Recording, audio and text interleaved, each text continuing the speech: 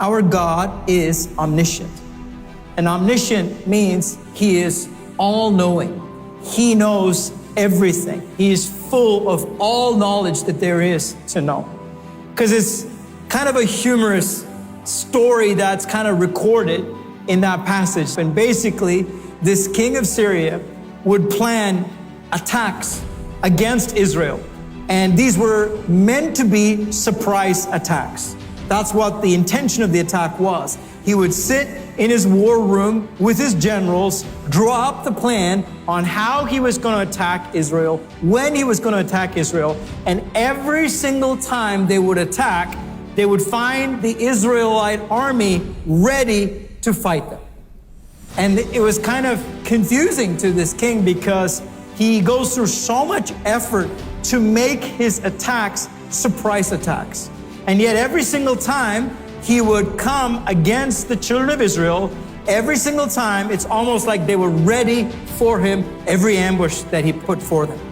To the point that this man gets perplexed. He calls his generals together, his advisors together, and says, come on guys, fess up. Who is the mole here? Who is the one who's sneaking out information that we're discussing in this room and telling it to the children of Israel? And one man says to the king, oh, king, I just want you to let you know, there is a man of God in Israel called Elisha. And Elisha, because he's a prophet, he's able to tell Israel the secrets you whisper in your bedroom. That must have sent some chills down his spine. What you're saying in your bedroom, Elisha announces it to Israel, he says. Now, let me ask this question.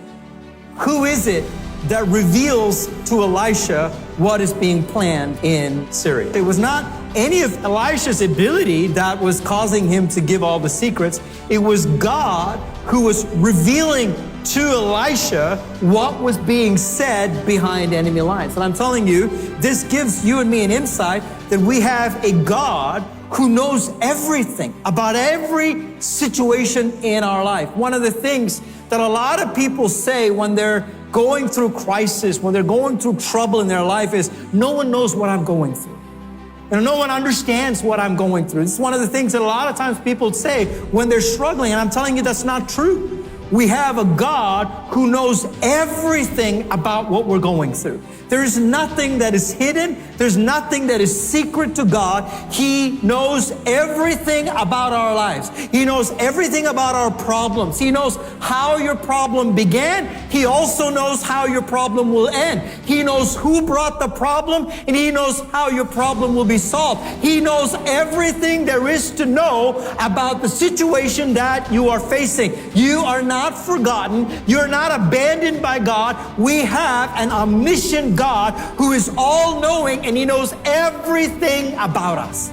That in itself is a great encouragement, because when you know that what you're facing, you're not facing alone. You have a God who is with you. You have a God who is ever abiding with you. And as long as you know you're not alone, that in itself is a source of great hope.